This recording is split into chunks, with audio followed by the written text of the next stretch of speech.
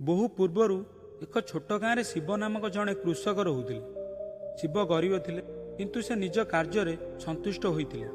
ସେ ପ୍ରତିଦିନ ନିଜ କ୍ଷେତରେ କଠିନ ପରିଶ୍ରମ କରୁଥିଲେ ଏବଂ ସେ ଯାହା ଉତ୍ପାଦନ କରୁଥିଲେ ସେ ଏହାକୁ ବିକ୍ରୟ କରିବାକୁ ବଜାର ଯାଉଥିଲେ।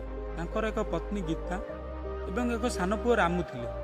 ଶିବ ଏବଂ ତାଙ୍କ ପରିବାର ଦାରିଦ୍ର୍ୟରେ ଜୀବନ ବିତାଉଥିଲେ ମଧ୍ୟ ସେମାନଙ୍କ ଜୀବନରେ ସୁଖ ଏବଂ ତୃପ୍ତି ରହିଥିଲା। ଶିବଙ୍କ ଫାର୍ମ ପାଖରେ ଆଉ ଏକ ବଡ଼ ଚାଷ ଜମି ଥିଲା, ଯାହା ଏକ ଧନୀ ଜମିଦାରର ଥିଲା। ସେ ଜମିଦାରର ନାମ ଥିଲା ରଘୁବୀର ସିଂ। ରଘୁବୀର ସିଂ ବହୁତ ଧନୀ ଥିଲେ, କିନ୍ତୁ ସେ ଅହଙ୍କାର ଏବଂ ନିଷ୍ଠୁରତାରେ ପରିପୂର୍ଣ୍ଣ ଥିଲେ। ସେ ନିଜ ଧନ ଆଧାରରେ ସର୍ବଦା ଅନ୍ୟମାନଙ୍କୁ ଅପମାନିତ କରିବାକୁ ଚେଷ୍ଟା କରୁଥିଲେ। ଗାଁର ଲୋକମାନେ ତାଙ୍କୁ ଭୟ କରୁଥିଲେ, କାରଣ ସେ ତାଙ୍କର ଶକ୍ତିର ଅପବ୍ୟବହାର କରି ସେମାନଙ୍କୁ ହଇରାଣ କରୁଥିଲେ। ଶିବ ସର୍ବଦା ନିଜ କର୍ମକୁ ଗୁରୁତ୍ୱ ଦେଉଥିଲେ ଏବଂ କାହା ପ୍ରତି ଈର୍ଷା କରୁନଥିଲେ। ସେ ନିଜ କର୍ମରେ ବ୍ୟସ୍ତ ରହି ସମସ୍ତଙ୍କୁ ସାହାଯ୍ୟ କରିବାକୁ ସର୍ବଦା ପ୍ରସ୍ତୁତ ଥିଲେ। କିନ୍ତୁ ରଘୁବୀର ସିଂ ସବୁବେଳେ ଶିବଙ୍କ ଚାଷ ଉପରେ ଆଖି ରଖିଥିଲେ। ଶିବଙ୍କ ଚାଷ ଜମି ଛୋଟ ହୋଇଥିଲେ ମଧ୍ୟ ଏଥିରେ ବଢ଼ିଥିବା ଫସଲ ବହୁତ ଭଲ ଥିଲା। ରଘୁବୀର ସିଂ ଶିବଙ୍କ ଏହି ସମୃଦ୍ଧତାକୁ ପସନ୍ଦ କରୁନଥିଲେ। ସେ ଶିବଙ୍କୁ ଅନେକ ଥର ଧମକ ଦେଇଥିଲେ ଏବଂ ତାଙ୍କଠାରୁ ତାଙ୍କ ଚାଷ କିଣିବାକୁ ଚେଷ୍ଟା କରିଥିଲେ, କିନ୍ତୁ ଶିବ ଏହାକୁ ମନା କରିଥିଲେ। ଶିବ କହିଲେ ଯେ ଚାଷ ହେଉଛି ଆମ ପୂର୍ବପୁରୁଷର ଉତ୍ତରାଧିକାରୀ ଏବଂ ସେ ଏହାକୁ କୌଣସି ମୂଲ୍ୟରେ ବିକ୍ରୟ କରିବେ ନାହିଁ। ରଘୁବୀର ସିଂ ଏ ବିଷୟରେ ବହୁତ ଖରାପ ଅନୁଭବ କଲେ ଏବଂ ଶିବକୁ ଏକ ଶିକ୍ଷା ଦେବାକୁ ସ୍ଥିର କଲେ। ସେ ନିଜ ଲୋକଙ୍କୁ ପଠାଇଲେ ଏବଂ ଜାଣିଶୁଣି ଶିବଙ୍କ କ୍ଷେତ୍ରରେ ପଶୁମାନଙ୍କୁ ଛାଡ଼ିଦେଲେ, ଯାହାଫଳରେ ତାଙ୍କର ସମସ୍ତ ଫସଲ ନଷ୍ଟ ହୋଇଯିବ। ଶିବ ଏହା ଦେଖି ତାଙ୍କ ହୃଦୟ ଭାଙ୍ଗିଗଲା। ସେ ଗୋଟିଏ ବର୍ଷର କଠିନ ପରିଶ୍ରମ ସହିତ ସେ ବଢ଼ିଥିବା ଫସଲ ଗୋଟିଏ ରାତିରେ ନଷ୍ଟ ହୋଇଗଲା। ତାଙ୍କ ଆଖିରୁ ଲୁହ ଝରି ପଡ଼ିଥିଲା, କିନ୍ତୁ ସେ ରଘୁବୀର ସିଂଙ୍କୁ ବିରୋଧ କରୁନଥିଲେ। ସେ ବୁଝିଥିଲେ ଯେ ଏହା ହେଉଛି ରଘୁବୀର ସିଂଙ୍କ କାମ। ଶିବ ଭଗବାନଙ୍କ ନିକଟରେ ପ୍ରାର୍ଥନା କରି କହିଲେ, ହେ ପ୍ରଭୁ, ମୁଁ କାହା ପ୍ରତି କୌଣସି ଅନିଷ୍ଟ କରିନି। ମୁଁ ସବୁବେଳେ ସଚ୍ଚୋଟ ଭାବରେ ମୋର କାର୍ଯ୍ୟ କରିଆସୁଛି। ତୁମକୁ ମୋର ଏକମାତ୍ର ଅନୁରୋଧ ହେଉଛି ମୋତେ ଏହି ସଙ୍କଟରୁ ରକ୍ଷା କରିବ। ଶିବଙ୍କ ଧୈର୍ଯ୍ୟ ଏବଂ ବିଶ୍ୱାସ ତାଙ୍କୁ ହରାଇବାକୁ ଦେଲା ନାହିଁ। ପରବର୍ତ୍ତୀ ବର୍ଷେ ସେ ପୁନର୍ବାର ନିଜ କ୍ଷେତ୍ରରେ କଠିନ ପରିଶ୍ରମ କଲେ, କିନ୍ତୁ ଏଥର ଫସଲ ବହୁତ କମ୍ ଥିଲା। ତାଙ୍କ ଅବସ୍ଥା ଦେଖି ଗାଁର ଲୋକମାନେ ଦୁଃଖିତ ହୋଇଥିଲେ ମଧ୍ୟ ରଘୁବୀର ସିଂଙ୍କ ବିରୋଧରେ ଠିଆ ହେବାକୁ କେହି ସାହସ କରିପାରିନଥିଲେ। ଏଠାରେ ରଘୁବୀର ସିଂ ତାଙ୍କର କାର୍ଯ୍ୟକଳାପ ପାଇଁ କୌଣସି ଅନୁତାପ କରିନଥିଲେ। ସେ ଅନୁଭବ କଲେ ଯେ ଶିବଙ୍କୁ ଏକ ଶିକ୍ଷା ଦେଇଛି ଏବଂ ବର୍ତ୍ତମାନ ସେ ତାଙ୍କ ଚାଷ ଜମି କିଣିବେ।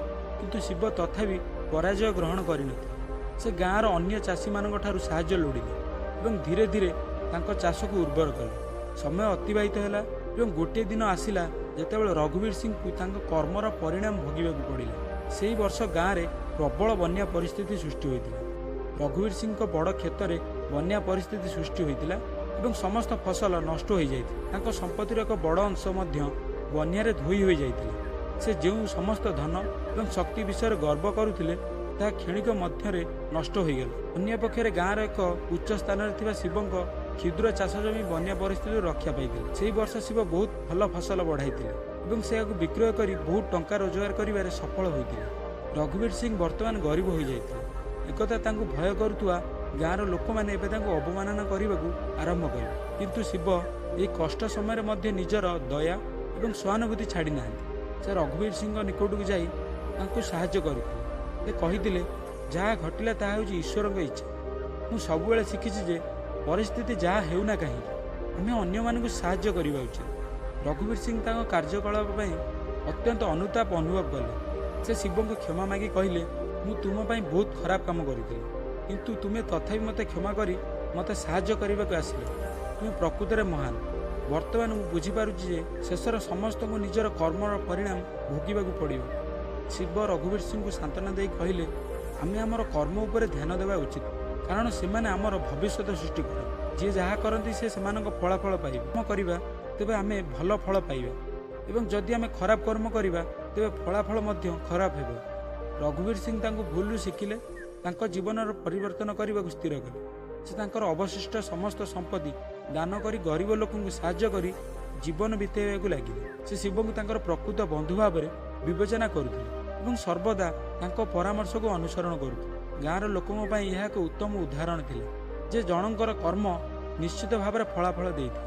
ସେ ଶିବଙ୍କ ଧୈର୍ଯ୍ୟ ଏବଂ ସତ୍ୟତାକୁ ପ୍ରଶଂସା କରିଥିଲେ ଏବଂ ରଘୁବୀର ସିଂଙ୍କ ଜୀବନରେ ପରିବର୍ତ୍ତନରୁ ପ୍ରେରଣା ନେଇଥିଲେ। ଧୀରେ ଧୀରେ ଗାଁର ସମସ୍ତେ ସଚ୍ଚୋଟତା ଏବଂ ପରୋପକାର ପଥ ଅନୁସରଣ କରିବାକୁ ଲାଗିଲେ। ଶିବ ଏବଂ ତାଙ୍କ ପରିବାର ବର୍ତ୍ତମାନ ଖୁସି ଏବଂ ସମୃଦ୍ଧ ଜୀବନ ବିତାଉଥିଲେ। ସେ ତାଙ୍କ ପୁଅକୁ ମଧ୍ୟ ଭଲ ମୂଲ୍ୟ ଦେଉଥିଲେ ଏବଂ ତାଙ୍କୁ ଶିକ୍ଷା ଦେଉଥିଲେ ସେ ଜୀବନରେ ସର୍ବଦା ସତ୍ୟ ଏବଂ ଧର୍ମର ମାର୍ଗ ଅନୁସରଣ କରିବା ଉଚିତ। ଆମେ ଏହି କାହାଣୀରୁ ଏତିକି ଶିଖିଲେ ଯେ କର୍ମର ଫଳାଫଳ ନିଶ୍ଚିତ ଅଟେ। ଭଲ କର୍ମ ସବୁବେଳେ ଭଲ ଫଳ ଆଣିଥାଏ, ଯେତେବେଳେ ଖରାପ କର୍ମ ଶେଷରେ ବିନାଶର କାରଣ ହୋଇଥାଏ। ଜୀବନରେ ସଫଳତା ଏବଂ ସନ୍ତୁଷ୍ଟତା ହାସଲ କରିବାକୁ ଆମେ ସତ୍ୟ ଓ ସଚ୍ଚୋଟତା ଏବଂ ପରୋପକାରର ମାର୍ଗ ଅନୁସରଣ କରିବା ଉଚିତ। ଏହା ହେଉଛି ପ୍ରକୃତ ଜୀବନ ଶିକ୍ଷା, ଯାହା ଆମକୁ ସଠିକ୍ ଦିଗରେ ମାର୍ଗଦର୍ଶନ କରିଥାଏ। ଯଦି ଆମେ ଭଲ କର୍ମ କରିବା ତେବେ ଆମେ ଭଲ ଫଳ ପାଇବା।